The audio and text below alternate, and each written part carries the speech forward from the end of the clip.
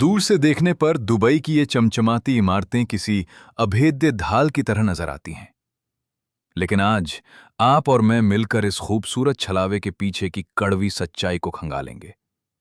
जब हम इन्हें एक थर्मल कैमरे की नजर से देखते हैं तो ये कोई ढाल नहीं बल्कि जलता हुआ जंग का मैदान दिखाई देती हैं। दोपहर के वक्त जब दुबई का तपता सूरज लाखों वर्ग मीटर में फैले इन शीशों पर बेरहमी से वार करता है तो आसमान छूती इमारतों से टकराकर लौटती रोशनी आंखें चौंधिया देती है। इन आलीशान टावरों के भीतर सब कुछ बेहद शांत और ठंडा है। वहां का संगमरमर छूने पर बर्फ जैसा महसूस होता है। बड़े बड़े रईस और अधिकारी फर्श से छत तक फैली कांच की खिड़कियों के पास बैठकर बाहर के नजारे देखते हैं, जो किसी बेदाग पेंटिंग जैसा लगता है। हम ये नहीं कह रहे कि सोलर कंट्रोल ग्लास काम नहीं करता, वो बिल्कुल करता है। इन आधुनिक इमारतों की बाहरी दीवारों को डिजाइन करने वाले इंजीनियरों ने रसायन विज्ञान और भौतिकी के क्षेत्र में वाकई कमाल के चमत्कार दिखाए हैं। लेकिन एक खोजी पत्रकार के रूप में मैं आपको थोड़ा और गहराई में झांकने के लिए कहूंगा। जरा इन गगनचुंबी ढांचों के पीछे पागलों की तरह दिन रात काम कर रहे विशालकाय कूलिंग सिस्टम को तो देखिए। जरा उस बेतहाशा गर्मी को देखिए जो पीछे की तंग गलियों में लगातार फेंकी जा रही है। आज हमें खुद से एक बहुत ही कठिन और कड़वा सवाल पूछना होगा। आखिर कांच के एक पतले टुकड़े को कितना बुद्धिमान होना पड़ेगा ताकि वो उस इमारत की गलती को सुधार सके, जिसे बुनियादी तौर पर रेगिस्तान के ठीक बीच में एक तपते हुए ग्रीनहाउस की तरह बनाया गया है। हम अक्सर किसी व्यवस्था में आई दरारों को केवल एक भौतिक खराबी मान लेते हैं, लेकिन दुबई की इस गगनचुंबी दुनिया में सबसे खतरनाक दरार कांच पर नहीं है। यह असली खतरा तो कांच के ठीक पीछे चल रहे उस डरावने ऊर्जा के खेल में छिपा है, जो हमारी आंखों से ओझल रहता है। असल बात यह है कि कांच सूरज की किरणों से समझौता तो कर सकता है, उसे संभाल भी सकता है, लेकिन उस भयानक ऊर्जा को पूरी तरह से नष्ट नहीं कर सकता। कई दशकों से वास्तुकला की दुनिया में शीशा एक सबसे बड़ा और हसीन सपना रहा है। इसने भारी भरकम और डरावनी इमारतों को ऐसे सुंदर ढांचों में बदल दिया जो सीधे आसमान में विलीन होते हुए दिखाई देते हैं। इसने अंदर बैठे लोगों को असीमित प्राकृतिक रोशनी, कभी न खत्म होने वाले शानदार नज़ारे और हवा में तैरने का एक अनूठा एहसास दिया। यही वजह है कि दुबई के लिए यह चमचमाता कांच एक आधुनिक और अंतर्राष्ट्रीय महानगर का सबसे बड़ा प्रतीक बन गया, जिस पर कोई उंगली नहीं उठा सकता था। इसके जरिए दुनिया को एक साफ संदेश दिया जा रहा था कि हमने प्रकृति के बुनियादी तत्वों पर जीत हासिल कर ली है। इस भारी भ्रम को सच साबित करने के लिए वैज्ञानिकों ने तकनीक का एक अद्भुत हथियार तैयार किया। उन्होंने कम उत्सर्जन वाली कोटिंग्स, सोलर कंट्रोल ग्लेजिंग और शीशों के ऊपर सूक्ष्म रिफ्लेक्टिव परतें बनाई ताकि सूरज के गुस्से को सीधे वापस आसमान की तरफ मोड़ा जा सके। आज के इस दौर में इमारतों की दीवारें खुद ब खुद काम करने वाले शेड्स, तापमान भापने वाले सेंसर और यहां तक कि बिजली बनाने वाले सोलर सेल से लैस हैं। दुबई का नियम कानून भी इमारतों में गर्मी रोकने के कड़े नियम लागू करता है। कागजों पर और प्रयोगशाला में देखने पर यह तकनीक बिल्कुल सटीक लगती है। एक ऐसी बाहरी परत जो रोशनी तो अंदर आने देती है पर गर्मी को बाहर रखती है। सुनने में यह इंसानी दिमाग की एक बहुत बड़ी जीत लगती है, लेकिन सच तो यह है कि इमारत का कांच केवल यह तय कर सकता है कि उस भयानक गर्मी को किस तरफ मोड़ना है। इस खूबसूरत शहर के ऊपर मंडरा रहे गहरे संकट को समझने के लिए आइए हम और आप मिलकर सूरज की एक अकेली किरण के सफर का पीछा करते हैं। सौर विकिरण की हर एक किरण इस कांच की दीवार पर बिल्कुल वैसे ही पहुंचती है जैसे किसी बेहद सुरक्षित सीमा पर कोई संदिग्ध यात्री पहुंचता है। उस बॉर्डर पर तैनात हमारी तकनीक के पास कुछ रास्ते तो हैं, लेकिन उनकी भी अपनी सीमाएं हैं। पहला अंजाम होता है रिफ्लेक्शन यानी परावर्तन। यहां कोटिंग अपना काम करती है और रोशनी की किरण कांच से टकराकर वापस लौट जाती है। अब या तो ये बिना किसी नुकसान के सीधे आसमान की तरफ मुड़ जाएगी, या फिर नीचे सड़क पर खड़े राहगीरों पर गिरेगी, या ठीक सामने खड़ी दूसरी इमारत को झुलसाएगी। दूसरा अंजाम होता है ट्रांसमिशन, यानी वो रोशनी कांच को पार करके सीधे अंदर घुस जाती है और कमरे को चमका देती है। लेकिन जैसे ही ये रोशनी अंदर मौजूद फर्श, दफ्तर की मेजों और वहां बैठे इंसानों के शरीरों से टकराती है, वो प्रकाश ऊर्जा पूरी तरह से बदल जाती है और बेहद खतरनाक गर्मी का रूप ले लेती है। अब आता है तीसरा अंजाम, जिसे एब्जॉर्प्शन यानी सोखना कहते हैं। कांच का टुकड़ा, एल्यूमीनियम के फ्रेम और इमारत के जोड़ इस तपिश को अंदर तक सोख लेते हैं। इसके बाद इमारत की बाहरी त्वचा पूरी तरह से तपने लगती है और धीरे धीरे उस फंसी हुई गर्मी को बाहर हवा में और साथ ही अंदर कमरे के वातावरण में भी फैलाने लगती है। इसके बाद नंबर आता है चौथे और आखिरी अंजाम का, जिसे कन्वर्जन यानी रूपांतरण कहा जाता है।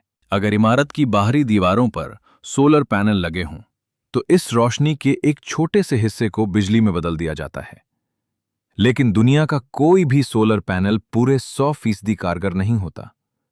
बची हुई ऊर्जा को आखिर कहीं ना कहीं तो जाना ही होगा।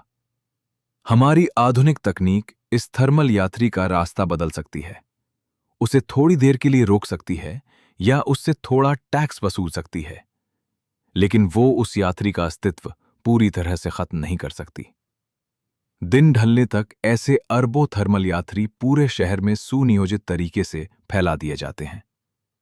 इन कांच की इमारतों पर असली दबाव किसी अचानक होने वाले धमाके की तरह नहीं आता, बल्कि ये एक बेहद धीमी और सोची समझी घेराबंदी की तरह होता है। कल्पना कीजिए कि कांच का एक विशाल टावर किसी धूप घड़ी के बीच में खड़ा है। यह इमारत एक ही बार में दधकती भट्टी में नहीं कूदती, बल्कि इसका एक एक हिस्सा बारी बारी से इस आग का सामना करता है। सुबह के ठीक 8 बजे इमारत का पूर्वी हिस्सा सूरज के सीधे और अंधे कर देने वाले हमले का शिकार होता है। सूरज अभी नीचे की तरफ होता है, जिससे उसकी किरणें सीधे खिड़कियों को चीरती हुई अंदर घुसती हैं। खुद ब खुद काम करने वाले पर्दे नीचे गिर जाते हैं। पूर्वी हिस्से के एयर कंडीशनिंग सिस्टम अचानक तेज हो जाते हैं और सुबह के इस हमले से निपटने के लिए बिजली ग्रिड से भारी मात्रा में करंट खींचने लगते हैं। फिर दोपहर के 12:30 बजते हैं और सूरज ठीक सिर के ऊपर आ जाता है। अब पूरी इमारत घिर चुकी है। छत, आसपास की डामर वाली सड़कें, कंक्रीट के मैदान और कांच की हर तिरछी शीट इस रेडिएशन को सोख रही है। पूरा शहरी माहौल एक विशालकाय थर्मल बैटरी में बदल रहा है। शाम के 4:30 बजते ही हमला पश्चिम की तरफ मुड़ जाता है और ये इस पूरे खेल का सबसे क्रूर हिस्सा होता है। सूरज अब काफी नीचे आ जाता है, जिसका मतलब है कि उसकी गर्मी सीधे खिड़कियों पर सीधी दिशा में वार करती है। कंक्रीट के बड़े शेड्स और छतों की ढालें इस सीधे हमले के सामने पूरी तरह बेकार साबित होती हैं। पश्चिमी तरफ के दफ्तर अब जंग का नया मैदान बन जाते हैं। इसके बाद शाम के 7 बजते हैं। सूरज आखिरकार क्षितिज के नीचे डूब जाता है और आसमान से रोशनी पूरी तरह गायब हो जाती है। लेकिन ध्यान दीजिए, वो जानलेवा गर्मी शहर को छोड़कर कहीं नहीं जाती। इमारतों का कंक्रीट का ढांचा अब भी उस तपन को बाहर उगल रहा होता है। बाहर की हवा अब भी भारी, गर्म और दम घोटने वाली उमस से भरी रहती है, जिससे राहत पाना नामुमकिन सा हो जाता है। टावर के अंदर अब भी कंप्यूटर चल रहे हैं, बड़े बड़े सर्वर लगातार गूंज रहे हैं और लोग अपने घरों को लौट चुके हैं। ऐसे में कूलिंग सिस्टम को एक पल के लिए भी बंद नहीं किया जा सकता। वे मजबूर हैं कि लगातार पूरी ताकत से इमारत के भीतर की भयानक गर्मी को खींचकर बाहर की अंधेरी सड़कों पर फेंकते रहें। कांच के महज कुछ नाजुक सेंटीमीटर ही इन दो बेहद अलग और एक दूसरे के जानी दुश्मन मौसमों को अलग रखते हैं। दुनिया का कई हिस्सों में एयर कंडीशनिंग सिर्फ आराम और ऐशो आराम की चीज मानी जाती है, लेकिन संयुक्त अरब अमीरात में एसी कोई दिखावे या सुविधा का साधन नहीं है। ये तो उस इमारत का सबसे जरूरी अंदरूनी अंग बन चुका है। इंटरनेशनल एनर्जी एजेंसी के आंकड़ों के मुताबिक पूरे मिडिल ईस्ट में बिजली की सबसे ज्यादा मांग वाले वक्त में लगभग आधी बिजली सिर्फ इसी कूलिंग के काम में खर्च होती है। लेकिन दोस्तों, अगर हमें दुबई के इस दांव को गहराई से समझना है, तो हमें इस खतरनाक निर्भरता को 3 बेहद कड़े स्तरों में बांटना होगा। पहला स्तर है आराम का, यानी आलीशान अपार्टमेंट, विशालकाय मॉल और फव्वारों के खूबसूरत नज़ारे दिखाते हुए महंगे रेस्तरां। दूसरा स्तर है केवल जिंदा बचे रहने का। कांच की एक पूरी तरह बंद इमारत खुद ब खुद सांस नहीं ले सकती। जब तक एसी सिस्टम के यांत्रिक फेफड़े काम नहीं करेंगे, तब तक अंदर की हवा सड़ने लगेगी, उमस बढ़ जाएगी और इमारत काम करना पूरी तरह बंद कर देगी। लेकिन तीसरा स्तर है संपत्ति की सुरक्षा का। और यही वो जगह है जहां दुबई का तेजी से उतार चढ़ाव वाला पर्यटन और प्रॉपर्टी बाजार एक बेहद डरावना विरोधाभास पैदा कर देता है, जिससे बाहर निकलना बेहद मुश्किल है। हाल के सालों में यहाँ के लग्जरी प्रॉपर्टी और होटल उद्योग को काफी मंदी और अत्यधिक संतृप्ति का सामना करना पड़ा है। कई बार मांग से कहीं ज्यादा सप्लाई हो जाती है, लेकिन यहीं पर इस अमीरी और दिखावे का सबसे बड़ा जाल काम करता है। भले ही कोई 5 स्टार होटल आधा खाली क्यों ना पड़ा हो, या किसी विशाल गगनचुंबी इमारत की पूरी मंजिल किसी बड़ी कंपनी के आने का इंतजार कर रही हो, उस इमारत को लगातार ठंडा रखना ही पड़ता है। अगर आप दुबई की इस बंद कांच की डिबिया में सेंट्रल कूलिंग को बंद कर देते हैं, तो अंदर का हिस्सा तुरंत एक उम्स भरे और विनाशकारी ग्रीन हाउस में तब्दील हो जाएगा। पानी की बूंदें महंगी दीवारों पर बहने लगेंगी, महंगे कालीनों पर फंगस जम जाएगी और छत खराब होने लगेगी। अंदर की भयानक गर्मी पूरी इमारत की सजावट को बर्बाद कर देगी। यानी वे सिर्फ खाली हवा को ठंडा करने के लिए बिजली के भारी भरकम बिल भर रहे हैं, ताकि ये इमारतें खुद को अंदर से नष्ट न कर लें। इस विशाल मशीन को एक पल के लिए भी रोका नहीं जा सकता। हालांकि दुबई इस जंग के मैदान में बिना किसी तैयारी के नहीं उतरा है। अपनी गगनचुंबी इमारतों को बचाने के लिए शहर ने तकनीक के 3 अलग-अलग कवच तैनात किए हैं। पहला कवच खुद कांच ही है। उन्होंने उन्नत और बहुत ही उच्च क्षमता वाले ग्लास का इस्तेमाल किया है, जो रोशनी को तो अंदर आने देता है, लेकिन सूरज की तपन को बहुत सख्ती से बाहर ही रोक देता है। यह सूक्ष्म स्तर पर काम करने वाला एक रासायनिक अवरोध है। दूसरा कवच है छाया देने वाली वास्तुकला। इसके तहत इमारतों के बाहर धूप रोकने वाले बड़े शेड्स और खास तरह के डिजाइन बनाए जा रहे हैं, जो धूप को सीधे कांच पर नहीं पड़ने देते।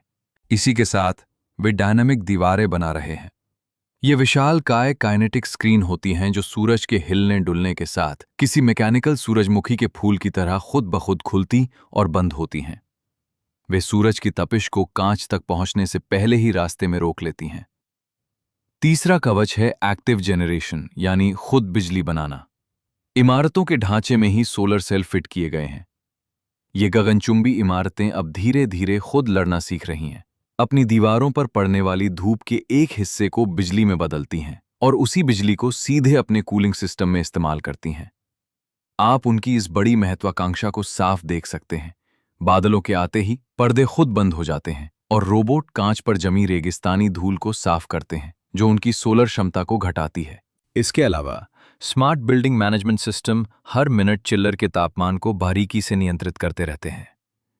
शहर ने इमारत की सबसे कमजोर कड़ी यानी कांच को एक बेहद सक्रिय और समझदार सुरक्षा कवच में बदल दिया है। लेकिन एक खोजी पत्रकार होने के नाते मैं आपसे पूछना चाहता हूं, इस शानदार सुरक्षा प्रणाली द्वारा बाहर फेंकी गई गर्मी का आखिर होता क्या है? यही इस शीशे के साम्राज्य का सबसे बड़ा और अनदेखा पहलू है। धूप को परावर्तित करने वाला यह कांच वही काम करता है जिसके लिए इसे बनाया गया है, यानी कमरे में गर्मी को आने से रोकना। लेकिन भौतिकी का नियम अपना हिसाब पूरा मांगता है। सूरज के कोण, टावर के घुमाव और नीचे की कंक्रीट की गलियों के हिसाब से वो खारिज की गई तपिश एक बेहद खतरनाक हथियार बन जाती है, जो आसपास तबाही मचाती है। तपती धूप की वो भयानक किरण इस चमचमाती कांच की इमारत से टकराकर वापस लौटती है। ये सीधे नीचे पैदल चलने वाले लोगों के रास्तों पर कहर बनकर बरसती है। दामर की सड़कों का तापमान इतना बढ़ जाता है कि पैर जलने लगते हैं। गुजरती गाड़ियों की छतें भट्टी की तरह तपने लगती हैं। और सबसे बुरा तब होता है जब यह झुलसाने वाली गर्मी सामने वाली इमारत के कांच से टकराती है। नतीजा, उस दूसरी इमारत के एयर कंडीशनिंग सिस्टम को अचानक दोगुनी ताकत से काम करना पड़ता है। यह कैसी तकनीक है जो अंदर बैठे मुट्ठी भर लोगों को तो ठंडक देती है, लेकिन बाहर की दुनिया को नरक बना देती है? आप और मैं मिलकर आज इस कड़वे सच का खुलासा करेंगे। एक आलीशान टावर सूरज के खिलाफ अपनी ढाल खड़ी करता है और उसी ढाल के पीछे से तपती गर्मी का एक बवंडर बाहर निकलकर अगले शिकार की तलाश में जुट जाता है। यह सोलर ग्लास गर्मी को खत्म नहीं करता, बल्कि उसे दूसरों पर थोप देता है। यह तकनीक असल में भट्टी को खत्म नहीं करती, बल्कि उसका पता बदल देती है। ये निजी आलीशान कमरों की गर्मी को निकालकर बाहर की सड़कों, चौराहों और पूरे बिजली ग्रिड पर लाद देती है। लेकिन एक खोजी पत्रकार के तौर पर हमें यहां ठहरकर एक बेहद परेशान करने वाला सवाल पूछना होगा। अगर हम हर एक नए टावर को पूरी तरह ठीक कर भी लें, तो पूरे शहर की पुरानी पड़ चुकी दीवारों और कांच को कौन बदलेगा? प्रयोगशाला की ठंडी हवा में बैठकर एक बेहतरीन स्मार्ट ग्लास का टुकड़ा हाथ में पकड़ना बहुत आसान है, लेकिन जब आप दुबई के आसमान को छूती हजारों पुरानी इमारतों को देखते हैं, तो हकीकत का डरावना चेहरा सामने आता है। हालांकि Dubai supreme council of energy ने साल 2030 तक 30,000 पुरानी इमारतों की सूरत बदलने का एक बहुत बड़ा लक्ष्य रखा है, ताकि पानी और बिजली की बर्बादी को रोका जा सके। लेकिन सच तो यह है कि इन गगनचुंबी कांच की इमारतों को फिर से नया बनाना किसी भयानक सपने जैसा है। आप काम करने के लिए पूरी इमारत को बंद नहीं कर सकते। आपको आसमान छूती ऊंचाइयों पर भारी मशीनें भेजनी पड़ती हैं, हवा और पानी को अंदर आने से रोकते हुए कांच के एक एक टुकड़े को बेहद सावधानी से बदलना पड़ता है। इस दौरान आपको कड़े सुरक्षा नियमों का पालन करना होता है, आग से बचाव के इंतजाम देखने होते हैं, और ये सब कुछ बिना शोर शराबे के करना होता है, ताकि भारी किराया देने वाले अमीर किराएदार नाराज होकर इमारत खाली ना कर दें। पुरानी खड़ी दीवारों पर सोलर पैनल लगाना भी बेहद पेचीदा काम है।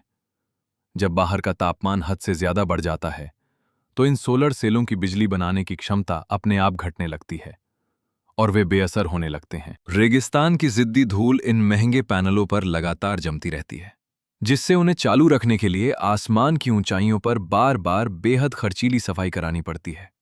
यहां दुबई सिर्फ कांच का टुकड़ा नहीं बदल रहा, बल्कि वो अपने पूरे इतिहास को फिर से लिखने की कोशिश कर रहा है। ये एक ऐसा शहर है जिसे उस दौर में बनाया गया था जब किसी ने सोचा भी नहीं था कि तपते रेगिस्तान में कांच की दीवारें खड़ी करने की कितनी बड़ी कीमत चुकानी पड़ेगी। अब एक तरफ इंजीनियर पुरानी गलतियों को सुधारने में जुटे हैं, तो दूसरी तरफ नया शहर और तेजी से खड़ा किया जा रहा है। आप और मैं यहां आंकड़ों के बीच एक खतरनाक दौर देख रहे हैं। पहली रेखा तकनीक के सुधरने की है, जहां कांच ज्यादा समझदार हो रहे हैं, कूलिंग सिस्टम्स बेहतर हो रहे हैं और सरकारी नियम और भी ज्यादा सख्त किए जा रहे हैं। लेकिन इस दौर में जो दूसरी रेखा है, वो है इस शहर का बेलगाम फैलाव। यहां की आबादी लगातार बढ़ रही है। हर दिन नए आलीशान होटल खुल रहे हैं और रेगिस्तान की छाती पर नए व्यापारिक केंद्र फैलते जा रहे हैं। इनमें से एक नया निर्माण अपने साथ हजारों वर्ग मीटर का ऐसा बंद हिस्सा लेकर आता है, जिसे 24 घंटे ठंडी हवा से भरकर रखना मजबूरी है। संयुक्त अरब अमीरात के सरकारी आंकड़े भी एक बेहद डरावने भविष्य की तरफ इशारा कर रहे हैं, जहां आने वाले सालों में तापमान और ज्यादा बढ़ेगा और उम्स भरी गर्मी के दिन और लंबे होते चले जाएंगे। ऐसे में Dubai electricity and water authority द्वारा संभाले जाने वाले बिजली के ग्रिड पर पड़ने वाला दबाव हर साल एक नया रिकॉर्ड बना रहा है। बिजली की ये मांग अब नियमित रूप से 10,000 मेगावाट के आंकड़े को पार कर रही है। इसमें कोई शक नहीं कि दुबई हर एक वर्ग मीटर कांच को पहले से कहीं ज्यादा बेहतर बना रहा है। लेकिन सवाल यह है कि क्या उनकी तकनीक की रफ्तार नए बनने वाले कांच के महलों से तेज है? इस आसमान छूते शहर में जुड़ने वाली हर नई इमारत सिर्फ वास्तुकला की जीत नहीं है। यह सूरज के साथ किया गया एक ऐसा समझौता है जिसकी शर्तों को बदला नहीं जा सकता। इस दुष्चक्र को तोड़ने के लिए अब इस शहर के पास सिर्फ 3 रास्ते बचे हैं। पहला रास्ता है इमारतों की त्वचा, यानी उनके बाहरी ढांचे को और समझदार बनाना। वैज्ञानिकों को दिन रात मेहनत करके ऐसे कांच बनाने होंगे जो धूप को रोक सकें, और इसके लिए दोहरी परत वाली दीवारों पर पानी की तरह पैसा बहाना होगा। लेकिन यह पहला रास्ता इतना महंगा है कि बजट की कमर टूट जाए। इसमें लगातार बहुत ज्यादा रखरखाव की जरूरत होती है और पुरानी पड़ चुकी इमारतों पर इसे लागू करना लगभग असंभव है। अब बात करते हैं दूसरे रास्ते की, एक बेहतर और ताकतवर मशीन बनाना। यानी बाहर की गर्मी को स्वीकार कर लिया जाए, लेकिन उसे ज्यादा समझदारी से संभाला जाए। इसके लिए पूरे शहर में फैले कूलिंग नेटवर्क को और बड़ा करना होगा, जहां विशाल प्लांट रात के समय पानी को ठंडा करेंगे जब बिजली सस्ती होती है, और फिर दोपहर की भीषण गर्मी में उस ठंडे पानी को पाइपों के जरिए दर्जनों इमारतों में भेजा जाएगा। लेकिन ध्यान रहे, दुनिया की सबसे बेहतरीन मशीन भी उस भारी गर्मी को शांत करने के लिए बिजली की भारी खपत करेगी ही करेगी। इसके बाद बचता है तीसरा रास्ता, जो सबसे कठिन है। यह तीसरा रास्ता कहता है कि इस गर्मी और दबाव को पैदा होने ही ना दिया जाए। लेकिन इसके लिए इस शहर के बुनियादी ढांचे और सोच को पूरी तरह बदलना होगा। हमें चारों तरफ कांच के डिब्बे जैसे दिखने वाले टावरों को बनाना बंद करना होगा। इमारतों की दिशा इस तरह तय करनी होगी कि वे पश्चिम से आने वाली सीधी और तीखी धूप से बच सकें। जहां खूबसूरत नज़ारे देखना जरूरी नहीं है, वहां कांच की जगह कंक्रीट की मजबूत और ठंडी दीवारें खड़ी करनी होंगी। पूरे शहर का नक्शा इस तरह तैयार करना होगा कि एक ऊंची इमारत की छाया दूसरी इमारत पर पड़े, न कि वे एक दूसरे के कांच पर गर्मी को फेंक कर माहौल को और गर्म करें। आप और मैं जानते हैं कि एक स्मार्ट कांच सिर्फ एक कमरे को ठीक कर सकता है, लेकिन पूरे शहर को नहीं। केवल मौसम को समझकर किया गया डिजाइन ही किसी शहर को बचा सकता है। अब सूरज ढल चुका है। जरा इस विशाल कांच की इमारत की तरफ दोबारा देखिए। इस पर सड़कों की पीली रोशनी का एक डरावना सा साया तैर रहा है। अंदर दफ्तरों में बत्तियां जल रही हैं और कृत्रिम रूप से बनाई गई ठंडक मौजूद है, लेकिन बाहर अंधेरे में विशालकाय कूलिंग टावर इस उमस भरी रात में गर्म भाप उगल रहे हैं। जो विशाल मशीनें इस भारी दबाव के नीचे कराह रही हैं। भारी भरकम पंप शहर की नसों में लाखों गैलन ठंडा पानी दौड़ा रहे हैं ताकि ये ढांचा पिघल ना जाए। कल सुबह फिर से मजदूर रस्सियों के सहारे नीचे उतरेंगे, इस कांच से धूल साफ करेंगे और कल सुबह के सूरज के हमले से निपटने के लिए इस विशाल ढाल को तैयार करेंगे। जब आप कभी किसी कांच के टावर को भीषण गर्मी के कारण चटकते हुए देखें, तो इसे सिर्फ एक शीशे की कमजोरी मत मानिएगा। इसे उस पूरे तामझाम और व्यवस्था का आखिरी दम तोड़ना समझिएगा। ये एक अदृश्य जंग है जो बाहर से दिखने वाले इस खूबसूरत कांच के शहर और उसे अंदर से ठंडा रखने वाली अरबों डॉलर की भारी भरकम मशीनों के बीच चल रही है। दुबई का ये चमकीला सोलर ग्लास सूरज से थोड़ी बहुत सौदेबाजी तो कर सकता है, लेकिन ये इस कुदरत के कानून को नहीं बदल सकता। इस चमकते हुए आसमान के नीचे हर एक वर्ग मीटर कांच दोपहर के वक्त सूरज के साथ किया गया एक ऐसा सौदा है जिसका भारी कर्ज आने वाली पीढ़ियों को हर रात चुकाना पड़ेगा। ये मशीन कभी रुकने वाली नहीं है और ना ही हमारी ये खोजी पत्रकारिता कभी थमेगी, जो आधुनिक दुनिया के इन छिपे हुए काले सच को उजागर करती है। अगर आज के इस विश्लेषण ने आपके देखने का नजरिया बदला है, तो इस वीडियो को लाइक करें और हमारे चैनल को सब्सक्राइब जरूर करें। हम इसी तरह बड़ी बड़ी इमारतों और व्यवस्थाओं के पीछे छिपे इस सच को बेनकाब करते रहेंगे। हमें नीचे कमेंट बॉक्स में जरूर बताएं कि अगली बार आप किस शहर की पोल खुलते देखना चाहते हैं। इस अंधेरे पर्दे के पीछे जाने से पहले एक जरूरी बात। यह वीडियो पूरी तरह से स्वतंत्र विश्लेषण है, जिसे सिर्फ शिक्षा के उद्देश्य से तैयार किया गया है। इसमें दिखाए गए सभी आंकड़े, बिजली ग्रिड की क्षमताएं और सरकारी नीतियां साल 2026 तक सार्वजनिक रूप से उपलब्ध जानकारी पर आधारित हैं। शहरों के ये ऊर्जा नेटवर्क वक्त के साथ बहुत तेजी से बदलने वाले बेहद जटिल तंत्र हैं। यहां चर्चा में लाए गए ये आंकड़े इस समय चल रही एक भयानक और अंधी दौड़ की केवल एक छोटी सी झलक मात्र हैं। इस जानकारी को किसी भी तरह की पेशेवर इंजीनियरिंग, वास्तुकला या आर्थिक निवेश से जुड़ी आधिकारिक सलाह के रूप में बिल्कुल ना देखा जाए।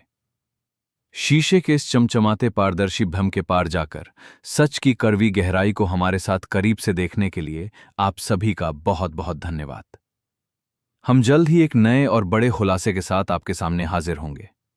तब तक सतर्क रहिए, सच को गहराई से परखते रहिए और हर चमकती हुई विशाल इमारत के पीछे छिपे उसके असली सच को लगातार ढूंढते रहिए।